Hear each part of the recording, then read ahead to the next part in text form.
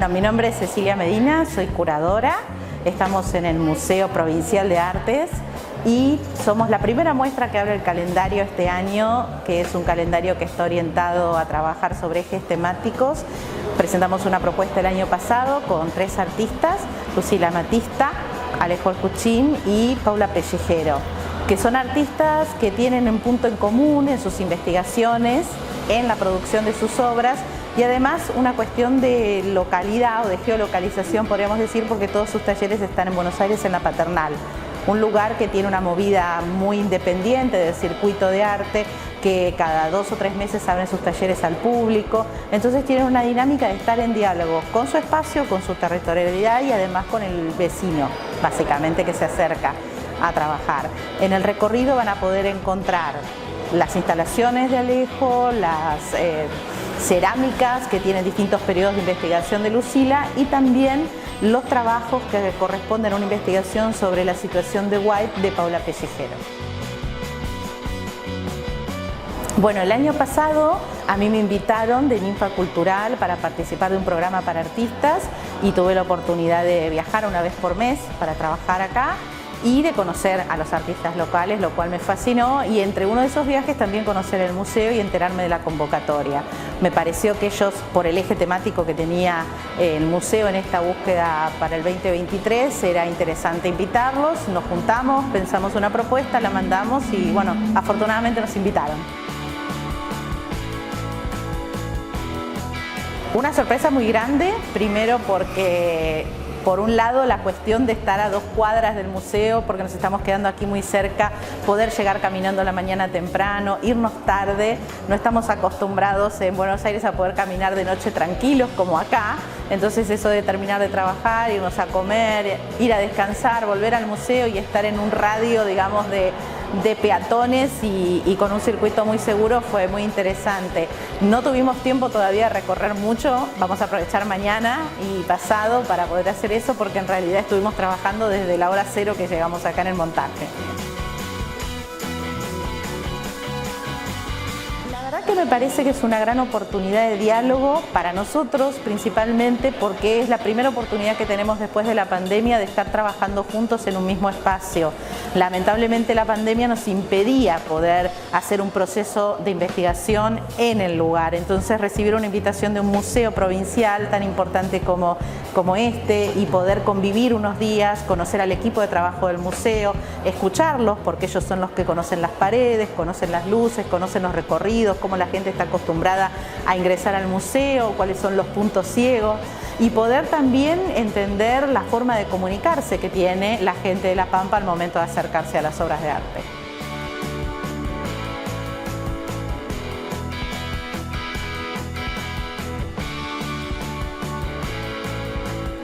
Mi nombre es Lucila Matista, soy artista visual y estoy presentando una muestra colectiva con 2 artistas visuales también, Paula y Alejo, en una muestra que se llama La materia que nos rodea.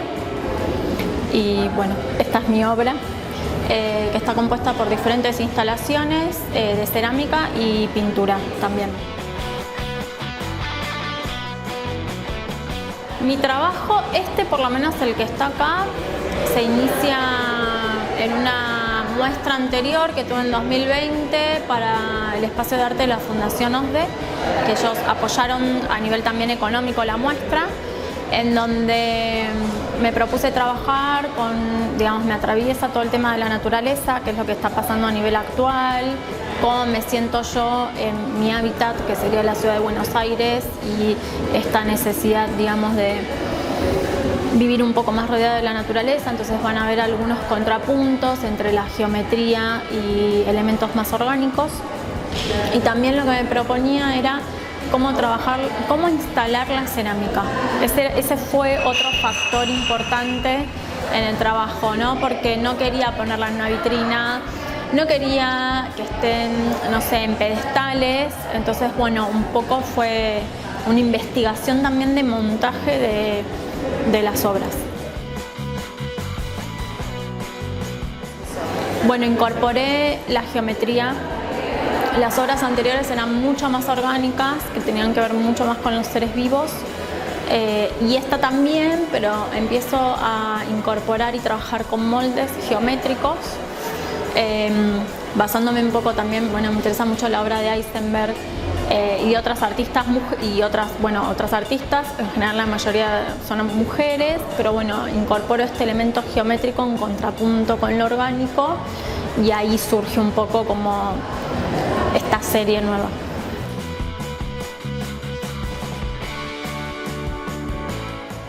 Yo creo que transmite muchas cosas, digamos, está el horizonte de sentido del espectador, que le puede aportar un montón de cosas. Estábamos hablando justo de este tema de, por un lado, la bitácora de imágenes, de elementos, de seres o entidades, como les digo yo. A muchas de ellas tienen más que ver con lo biológico, otras tienen que ver con esto de vivir en una ciudad.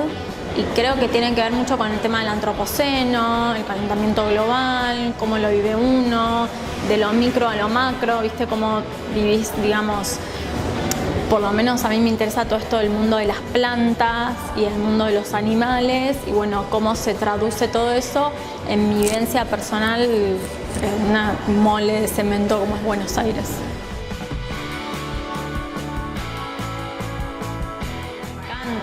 Me encanta porque a mí me gusta en Buenos Aires trabajar en un vivir en un barrio más tranquilo.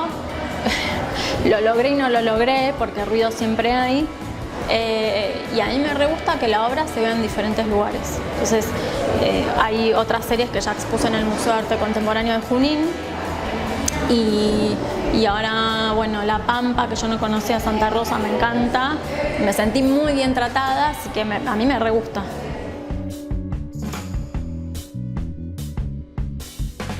Parece que yo trabajo mucho también con el tema de lo pequeño, la observación, el silencio, el acercarse, ¿no? Me parece que no todo tiene que ser grandilocuente. Yo trabajo con fragmentos y después armo instalaciones.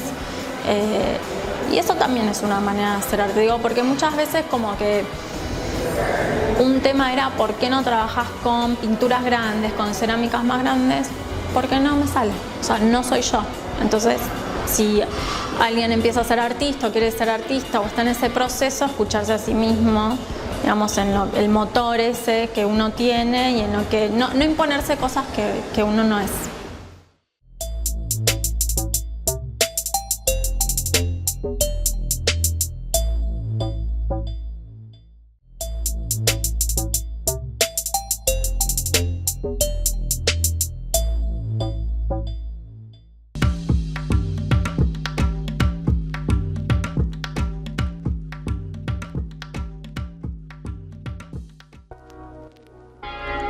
Raquel Vigio.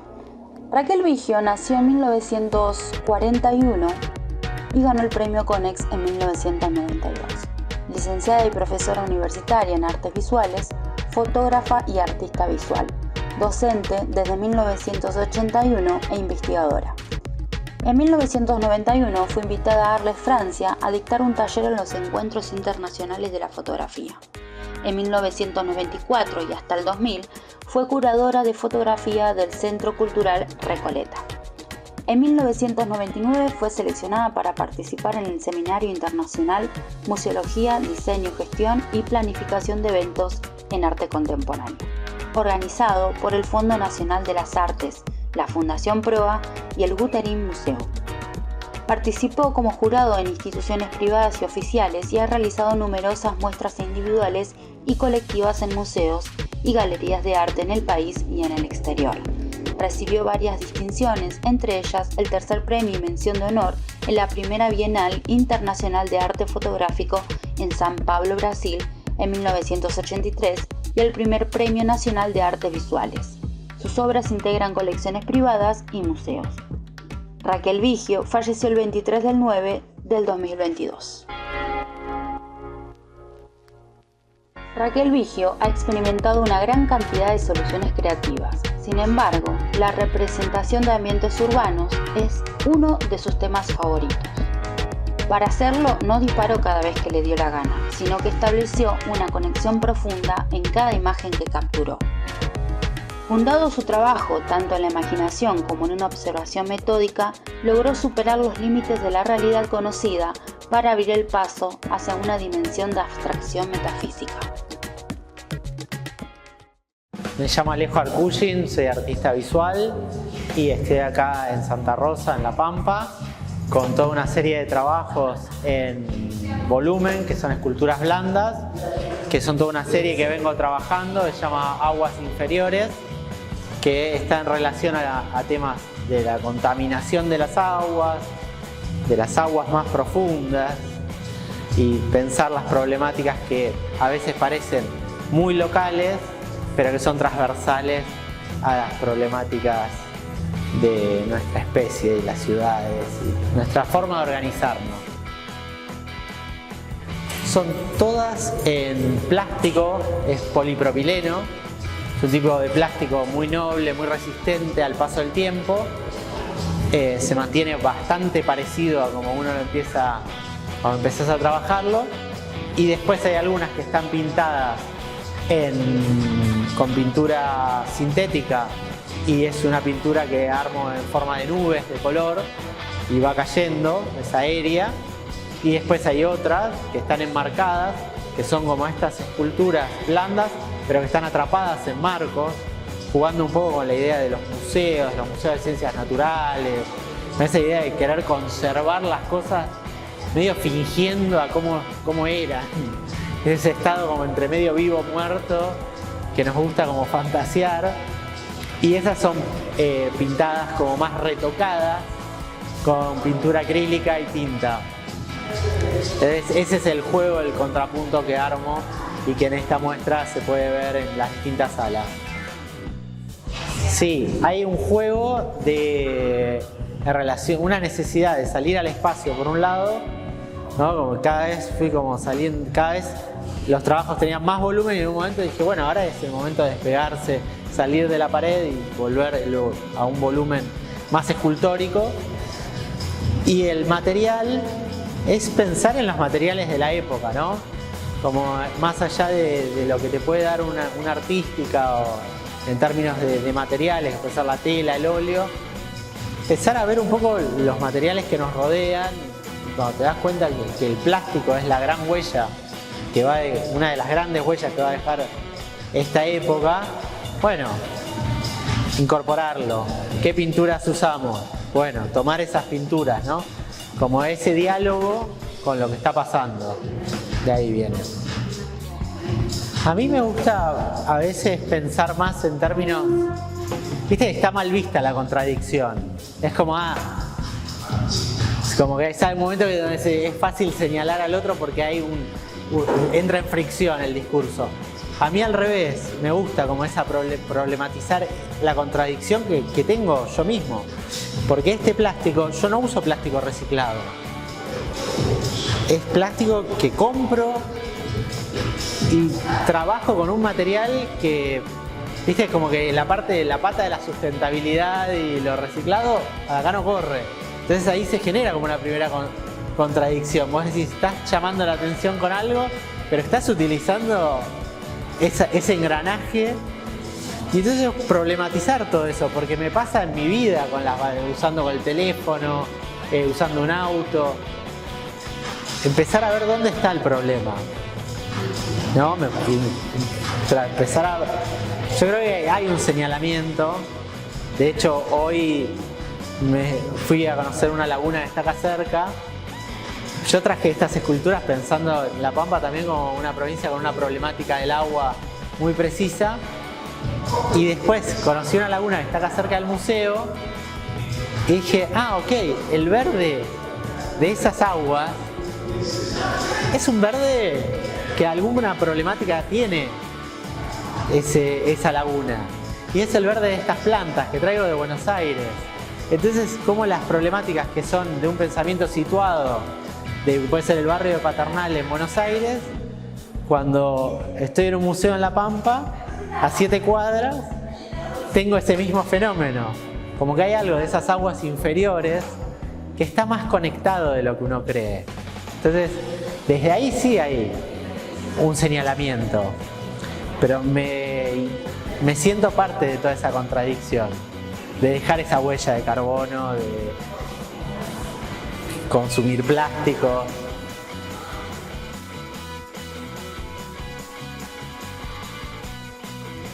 Creo que es muy bueno que existan estos espacios.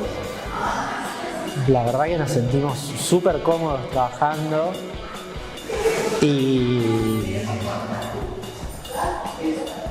creo que lo importante es que se vayan compartiendo las experiencias, ¿no? Y a veces las distancias lo hacen más complejo y en este caso estoy súper agradecido de poder estar acá, en un lugar que no conocía, que la gente te recibe súper bien, como todo ese cruce y compartir información. Para mí la clave hoy es compartir la información. Creo que eso es lo importante. Creo que si hay algo que tiene que distinguirnos es ser generosos compartiendo información. Creo que ese es que a veces cuando hay distancia es complejo porque a veces uno trae como otras informaciones, ¿no?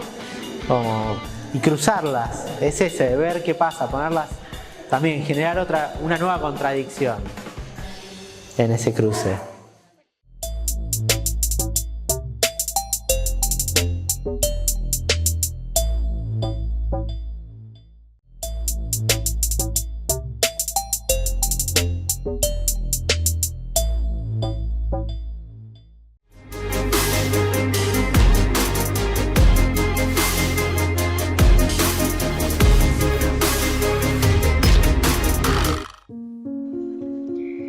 ¿El artista que solo pintaba gatos? Louis Wain comenzó a pintarlos cuando vio que su gato Peter pasaba horas y horas acompañando a su esposa convaleciente en su lecho de muerte.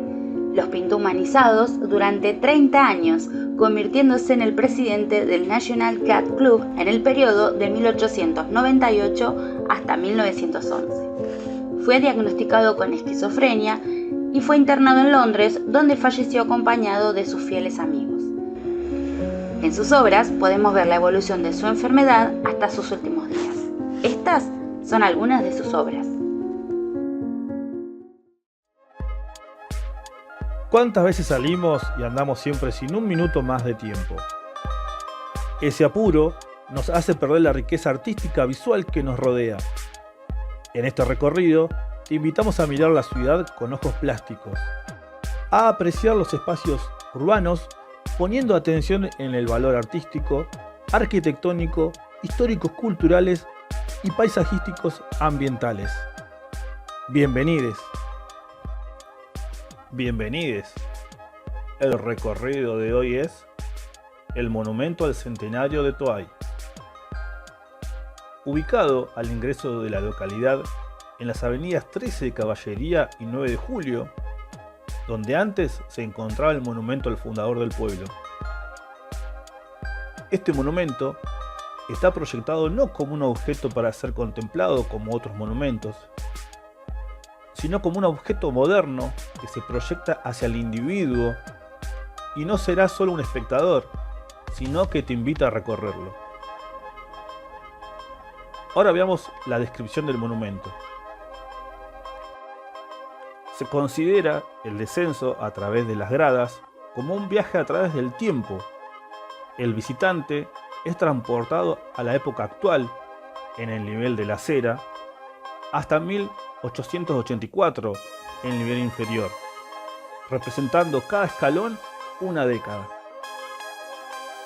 Los 100 años, representados por 10 gradas, contienen en su interior manifiesto de sucesos y acontecimientos importantes para Toay, términos cuya significación determinan la configuración especial de la plaza.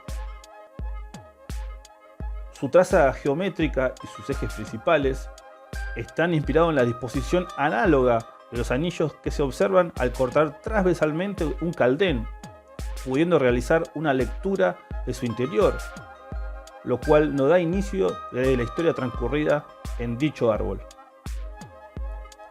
En el centro, inserto en la arena, un obelisco de formas muy agudas simboliza la fundación de la localidad en el Médano. El obelisco a la vez es un hito, y elemento de referencia urbana, a distintas escalas y se visualiza en diferentes distancias. Podemos tenerla extraurbana, urbana, etc. Generando una respuesta urbana en el cruce de las avenidas principales, a correspondencia del monumento a Guillermo Brown, que se encuentra en la otra punta de la avenida 9 de Julio. Otro hecho que se rememora en este monumento es la presencia del tren desde la época fundacional de nuestros días y por medio de 2 muros y un techo transparente que refiere al espacio conformado en el andén entre el tren y la estación. Las caladuras de uno de los dichos muros representan las ventanillas del tren y a través del cual se ve el paisaje secuenciado a causa del movimiento del observador y la forma inversa de la realidad en el cual dicho movimiento lo realiza el tren. Las caladuras del segundo muro eluden a las puertas del andén por medio de las cuales se ingresa y egresa. Este espacio de transición tiene como piso una rampa de durmientes que enfatiza y señala el camino, tal cual lo hicieran las brechas de la Pampa, las vías del ferrocarril.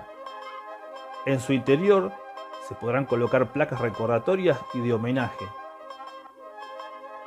4 grandes luminarias simbolizan la presencia del ejército, de vital importancia para las generaciones de los nuevos emplazamientos y la consolidación de las incipientes poblaciones.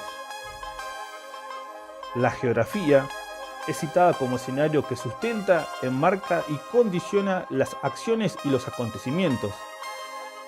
Se menciona el clima semidesértico y la topografía plana de la región, por medio de un vacío propuesto para la mitad de la plaza seca. La importancia de la lluvia se manifiesta a través de un muro curvo y ondulante, cuyo significado es el cielo y las nubes conformando la tormenta.